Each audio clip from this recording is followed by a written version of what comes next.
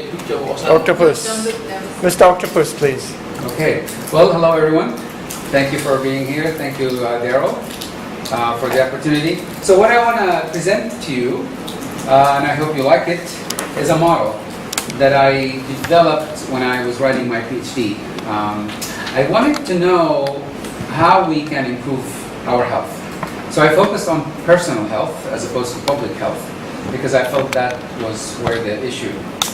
The idea originally came to me when I was little. I woke up one morning on my mom's call, and I opened my eyes, as most of us do the first thing when we get up.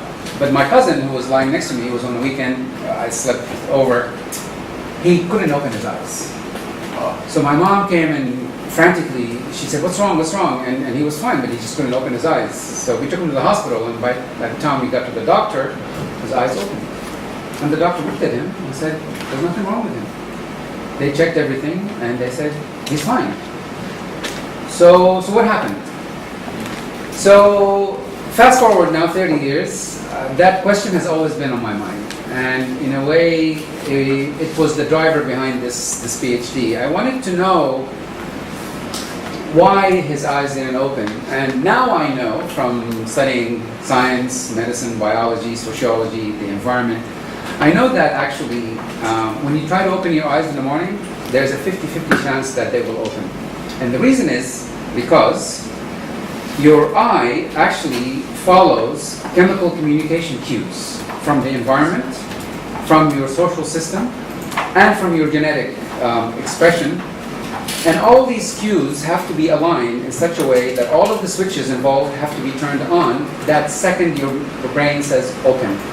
And if these cues are not aligned, your eye may not open. So it's actually a miracle in the morning that your eyes open up, because the signaling system is so complex, so intricate. We still don't have the science to understand it, but we have an idea that so many things have to come together in order to produce that productive activity we call opening your eye. So this is what I'm going to focus on. And in my effort to understand this, I developed this model. So I start with basically the Buddhist philosophy that says there is a righteous path in life, and it consists of 8 components. And the first one is your thought. The second one is your intention. The third one is your speech or communication, what you say.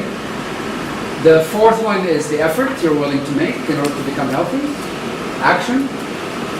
You take actions, yeah, like opening your eyes. The other one is the reward. There has to be a reward. Why do you open your eyes? You want to see. So that's your reward, yeah? So there's a reward component involved in this complex system. But then there's also something called mindfulness or reviewing. Why do we open our eyes? Is it good for me to open my eyes? Or is it better to keep them closed? So mindfulness is part of this system, the octopus. And then also there's something called focus. If you focus on an object, you can actually improve your personal health. So this octopus system basically consists of 8 components that I just mentioned. And all these components interact with one another, as I have found from my interviews. I interviewed 500 people, actually 501, for my PhD. And I learned that all of these components are operating behind the scene in such a way they would interact with one another, they influence one another in a dynamic process that in the end leads to what we call health. And if I can break it down, there are 3 principles basically, which is similar to the philosophy of Buddhism, which is basically the impermanence of life. Everything has a beginning and an end. Everything expires. Suffering. And suffering doesn't really mean pain, it means learning. Yeah? You need to experience life in order to learn from life. And mindfulness. So these are the 3 basic universal principles in a lot of religions actually that govern life. And then these 3 we can populate them so they match what we are experiencing today. So we can see basically that we all are surrounded by an environment. We all have a social system. Social system decides your role. If you're a woman, this is your role in life. If you're a man, this is your role in life. If you're a boss, this is your role. If you are a worker, this is your role. Every society has a social system. It's malleable, it's subject to change, but it's a system nevertheless, and it does affect you. And there's also you, the genetics, your genetic inheritance, or epigenetics, meaning how your genes express themselves based on the environment. So the environment, the social system, and your genes, they interact with one another in a dynamic process that is influenced by your early life experience, that will produce later life experience. And the funny thing is about health, and this is where the medical system is very weak on this, they cannot isolate these early life experience factors to understand why you are experiencing these later life factors. So you go to the doctor, you have pain. Yeah, you go to the doctor, go to the hospital here, and they'll say, oh, you got pain, you have something here, here's a pill. They're treating later life factors without understanding the early stages of your life. So there's a life course that is completely missing from the diagnosis. So the octopus here tries to bridge the gap. It is not trying to replace the doctor, not at all. I want you to go to the doctor, get all the assistance. But this is just a way to help you map your personal health on a daily basis. Once you understand the 8 components and how they interact with one another, because their interaction, based on my evidence, which I validated actually on several people, including my own brother, who I was treating last year for multiple chronic diseases. Once you understand these components, these departments, you can actually avoid certain negative factors and attract better factors, so to avoid pain at the end of the day, because at the end of the day, that's what we want. We want to be free of pain. Yeah. So basically, this is, in a nutshell, what the octopus is all about. And one of the reasons I also wanted to do it is because most people don't want to bother and understand these things. They just basically do what they like, and that's okay, until they get sick. And then they go to the doctor and they demand a pill that cures everything. And they think, I'm fine now once the pain stops. Well, I'm sorry, you're not fine. You have just received an opioid, a painkiller.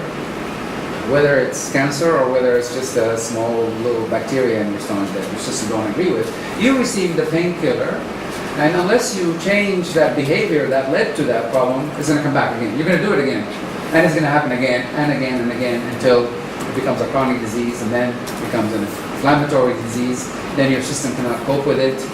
Then hopefully you will help solve it. If not, maybe cancer, maybe worse, death is hastened.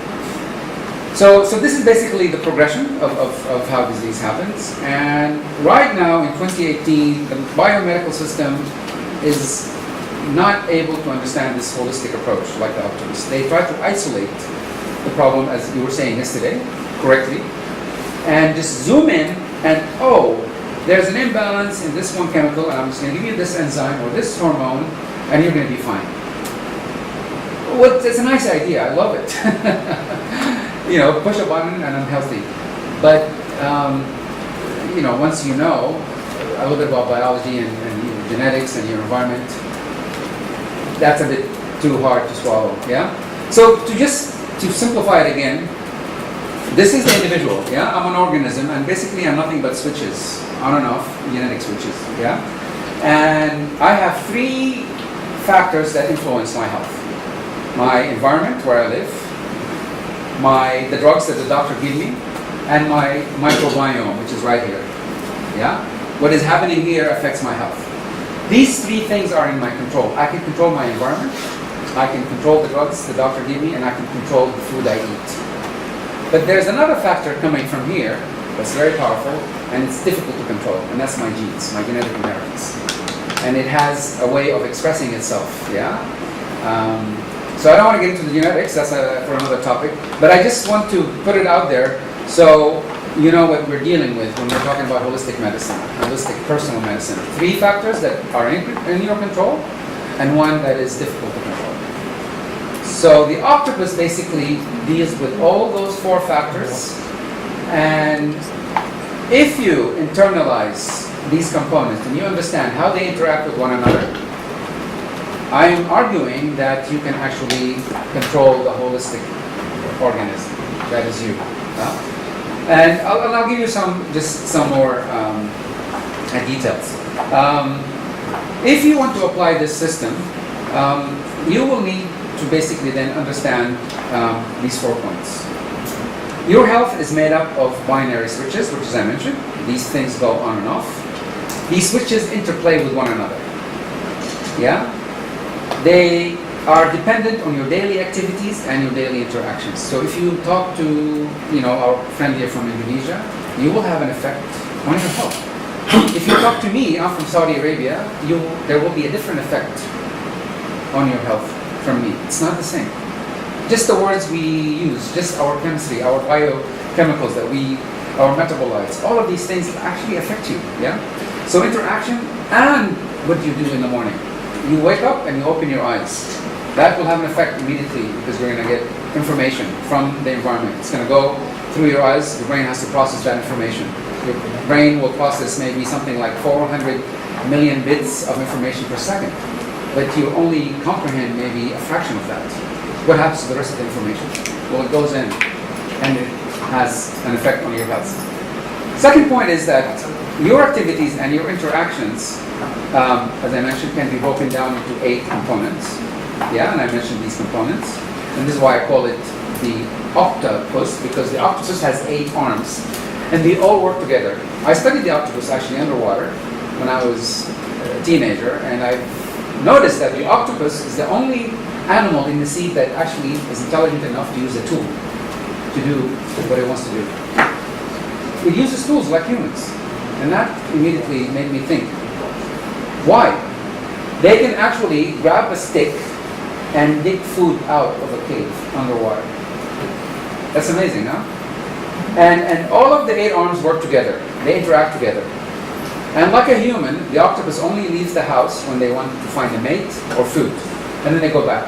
And they stay by themselves with their mate and their food until they need to go out again.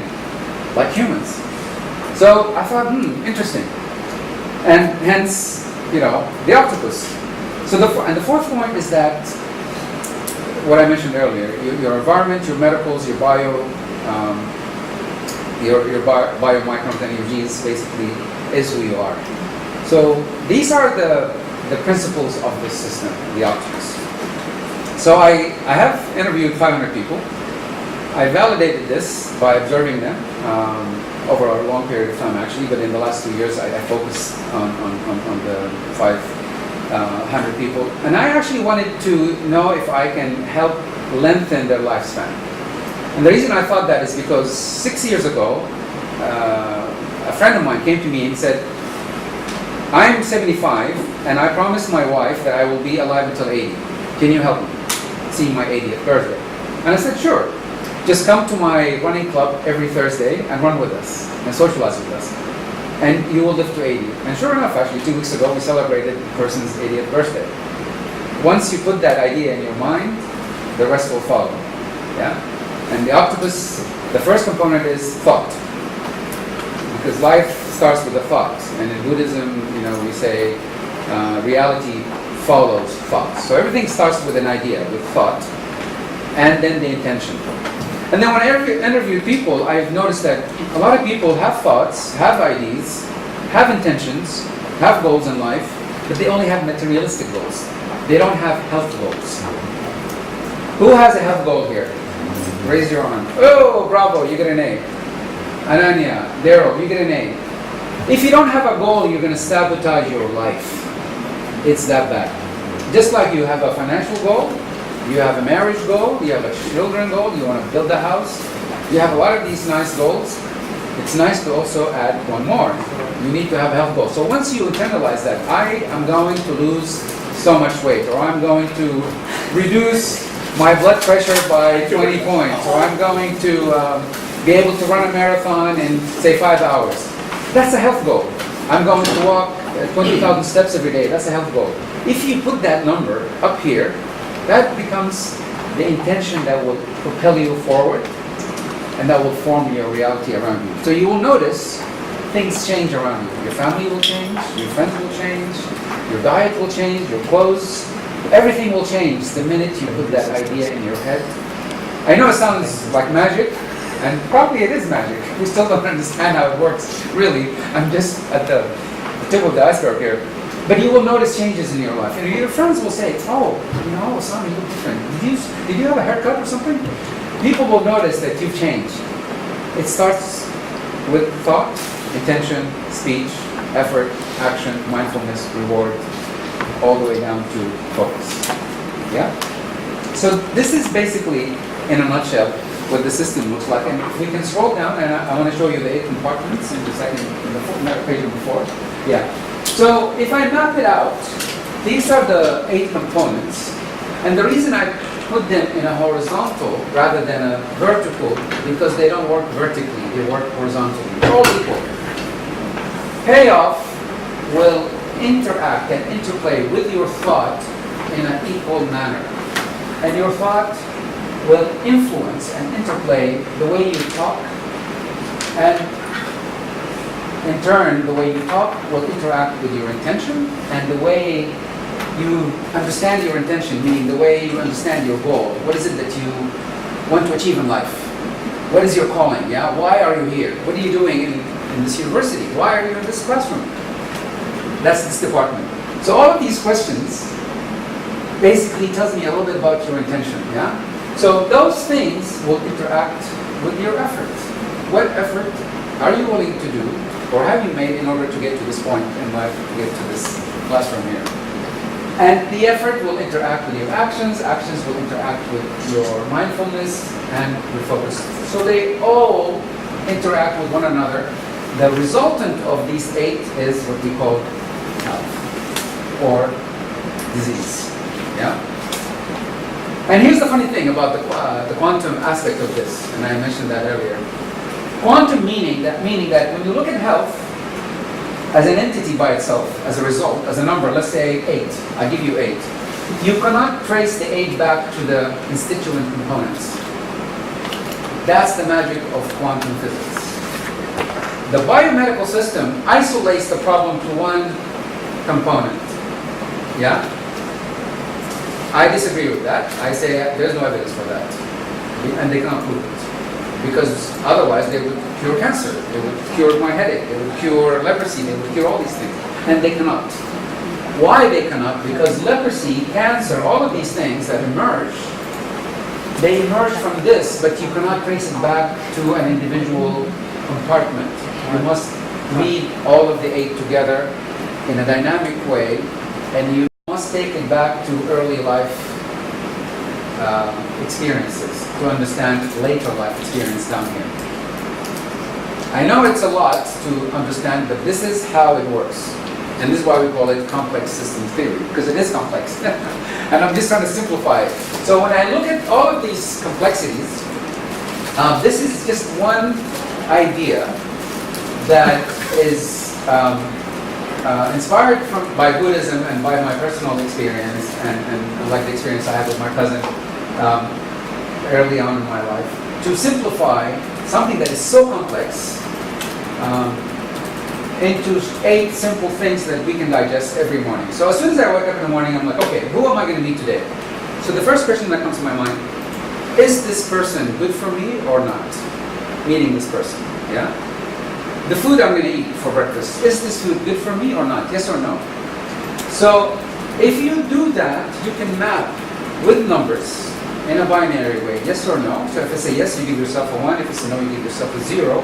And you count 8. So each one of these will give you a 0 or 1, 0 or 1, good or bad, 0, 1, 0, 1, 0, 1. And then if you put them on a string of 1s and 0s, and you sum them up in a binary way, yeah, you will get a number. That number will tell you where you are at the end of the day. Was today a benefit to my health or not? So this system basically allows you quickly to monitor and measure with scientific evidence, because you are experiencing these 8 things every day, all of us do. This is happening in your daily social life every day. Just think about it and you'll see that you are experiencing these things. So once you have that number has to be greater than 1.57. If it's less, that day was actually a negative day for your health. And if it's more than 1.57, that day was a positive day. So it's a minus and positive, yeah? Good or bad, yeah? So that's basically what the system is. I don't have the full mathematical formula. I don't want to give you a headache. I spent 2 years giving myself the headache to simplify it for you, but that's basically how it is. So let's say, hypothetically speaking, we have 8 compartments. Let's say this one gives me 1, 1, 1, 0, 0, 0, 1, 1, yeah? So I have 5 ones and 3 zeros. I had a great experience today. That day was positive. It was like interest in the bank. I got credit for my health today. If it's the other way around, it's a negative. My health dropped. So immediately, if I know the system, before I go to bed, I say, okay, tomorrow I'm going to make up for it. So the negative effect does not accumulate. Why? Because health, when you have interviewed so many people, and I've done that with 11,000 people. I have interviewed over the last 15 years through my work in the UN, 11,000 people.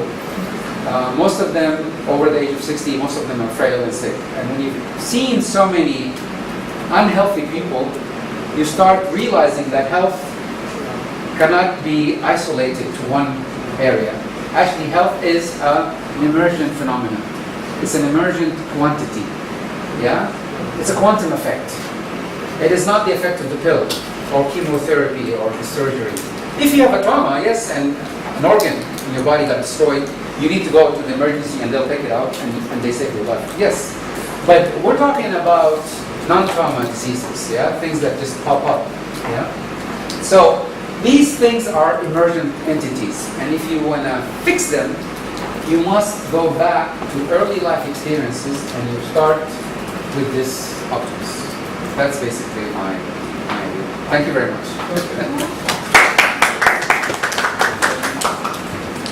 Thank you. Any comments on the octopus? Any questions? Yeah, I have a question. Yes, Tayabi? Why do you live in this world? Sorry. Why do you leave? Why do I? Sorry. Why do you live in this world? Why do I live? Yeah. Because I'm here. I am here. This is. Why did you came here? I came here because I want to share with you my octopus system, and hopefully Not it's not. here, in this world, I mean. Yeah. I didn't choose my parents, and here I am. So therefore, I exist. And if you want to know something, see, we take it back. So your question now, I'm going to analyze it according to these components. So if I analyze your question according to these 8 components, I will tell you my purpose in life is not to be remembered by my work or to be known by my work. I am here because I want to live. I want to be immortal. Yeah? And hopefully this will help me expand my genetically determined lifespan. That's it. That's my answer for you. And this hopefully will help me do that. Yeah. And what color is death for you? Wow, now we're getting into something. Is it related to this?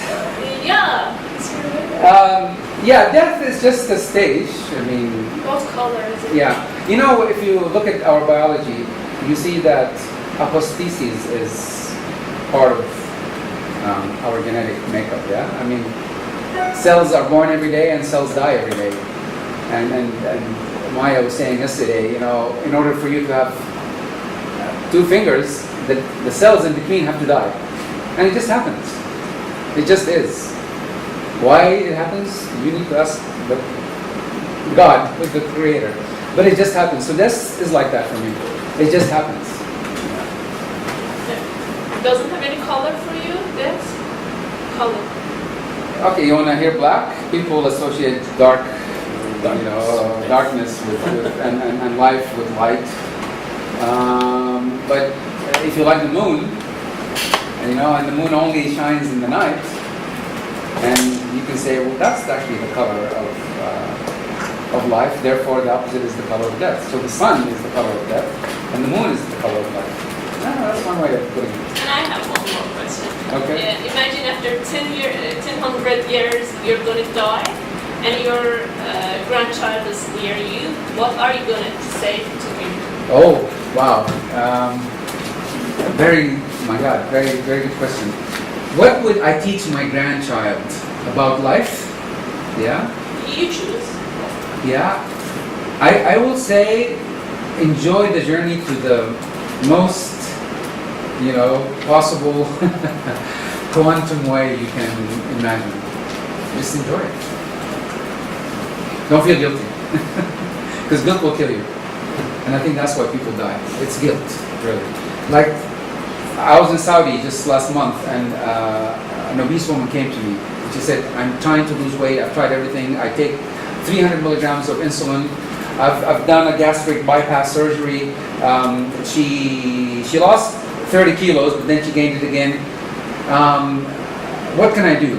And I said, do you love chocolate cake? She said, yes. And her doctor, who was feeding her, was sitting next to her.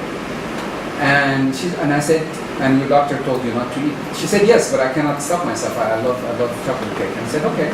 Do you feel guilty when you eat? She said, yes. I said, that's your problem. Enjoy it. Don't feel guilty. Just enjoy that cake. And she looked at her doctor. And she said, see, I told you. And just a few days ago, I received a message from her saying that she lost weight, actually, and now she's down to 30 milligrams of insulin a day from 300 because she dropped the guilt. She's living her life without guilt. So that's what I would tell my grandson. And one more question. If you could have one wish, what is it? Can we have a little bit of democracy here and maybe open the floor for others? No, I want to go. Okay, I'm really appreciative. I'm really happy, but let's just, because we don't want others to turn off. Go ahead, Lynn. Yeah. You can ask the same question if you want. The Octopus model is very interesting. So you said you have like 8 scoring for the Octopus system, right? And I want to know like what is the standard for people to get the scoring? Right? Maybe question. your standard and my standard difference for the good one or bad one. Yeah. Again, this is based on Buddhist wisdom, and Buddhist wisdom is about 5,000 years. And in those 5,000 years, it has been probably refined a million times because it is observation that teaches us about life, really. We observe something, we try to understand it, and we test it. So you can test it 2 ways. Either based on facts, like in science, or based on belief. Faith and facts, they complement one another to help us understand reality. So I'm assuming that these 8 compartments have been actually refined and refined and refined over the 5,000 years to the point where the monk in the forest, and I actually learned this also from a monk in the forest, because I spent the last 18 years basically visiting the forest many times, almost every weekend. I bike, and I am always in the forest, and I always see monks, and I always talk to them. So it's been refined so many times that they felt comfortable that these compartments or these elements really mirror everyone's social life. I mean, I have to speak every day. I have to think about the food I eat. I have to focus on an object like my work. I need to be rewarded for my work. Otherwise, I will not go to work. I need to make an effort. I need to get out of bed. I need to take action. I need to do things. I need to think. What is it that I'm going to do today? What is it that I'm going to speak to you? So every day I do these things. And I think most of us will do. The interesting thing is these things affect our health. Affect something called in biology stress response. Every one of those will trigger something, a conserved mechanism in your cells. It's called stress response, and it will be either good or bad for you. And the idea here is to control these triggers. And I have actually managed to help people. I helped actually a person lose cancer recently, kidney cancer, by stopping that stress response in her body with nothing but words. I just spoke to her on the phone. So I put some thoughts in her head that helped her stop the stress response. And once the stress response mechanism stopped, the cancer went away. The cancer was nothing but a symptom, of something else, stress. And stress is induced by chemical signaling cues that the person will get from their environment, their bio, micro, and the drugs, that they have mutated genes that will express its way in a certain way that causes these signals to travel through you, and in the end they can give you cancer or make you run a marathon in 4 hours. This or that. It's binary. So it starts with here. If you have the right thought, like the Buddhists say, you can avoid cancer. And if you have the wrong thought and the wrong intention, you may get cancer. And now, what I did in my PhD is I gave these numbers. And every one of us can actually calculate the numbers very quickly in their mind. And they see how they're doing at the end of the day. It's like the pedometer. I carry a pedometer. It counts my steps. It says here 6,000. So today I did 6,000 steps. Hopefully by the time I go to sleep, I've done 30,000. I have a calculator that tells me how I did. 1.7 for me is middle, more, I did well, less, I did bad. And I'm working on an app actually now with an engineer, and eventually it will come in an app that you can download from the internet, and you put it here, and it will tell you immediately by just putting the numbers, in your phone. I'm working on it right now. That's just another way of helping you stay healthy. Okay, yeah. For example, if I'm the first one to start to do Octopus model, right? Yeah. Which one I have to focus on first thing? Okay, your level of education is very I want important. to practice to Yeah. do the Octopus Yeah. model, right? Yeah. And then I don't know which one I have to focus on, because if I cannot do all of it at the beginning. Okay. The most important here, attention. What is your intention today? You wake up in the morning, you have a plan. You need to do certain things. You want to go shopping, go to work, meet your mom, take someone to the hospital. The intention. Why are you doing these things? Because there's a reward. So you immediately, where's the reward? The payoff. That's the reward. So, are the two connected? If you do these things, will you get the right reward for you? And as soon as you think of the reward from whatever that you're going to do today, you already actually focus. You're focusing on these things. So, they're all connected. The minute you think of one, it will immediately interplay with the others. That's the beauty of the system. They are not isolated. They don't work in isolation. Yeah? And together they result in something we call health or disease. And this is basically, when I validated this is what I got from 500 people. But actually more. Like I said, it was 11,000 people that when I think of all of the people I have interviewed in the last 15 years in a health situation, and I saw this emerging. They all have these commonalities. All frail people in the world, I think, the reason they are frail in their old age, not because of old age, as we like to think. No, it's because here, they did not make the right effort. They did not take the right action. They did not have the right focus. They did not think along the way. If I'm eating rice and meat and vegetables, they didn't stop themselves while they were eating and just take 1 minute and think about the food. Is this food enough for me? The quantity. Or do I need to eat more or less? Is it good for me? Does it have the right ingredients? The right micronutrients? If you do that, you immediately induced chemical signals, in your body that will respond. and hopefully make you healthy because you give yourself focus. Mindfulness helps you focus. See, your body is connected to the environment. We're not separated. I'm receiving right now many chemical signals from all of you, and I'm sending you, and we're all interacting, and we're all affecting one another in an amazing way. I call it quantum way. Okay, thank you. Marlon, next.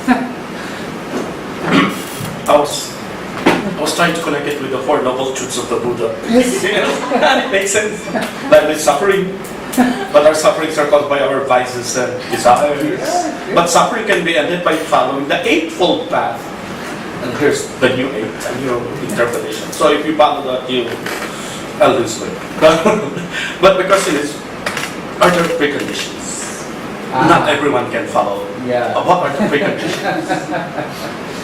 Yeah. See, this is knowledge. Yeah. Knowledge is important, and this is why we have these institutions of learning, because we need to basically accumulate knowledge. We need to discover things.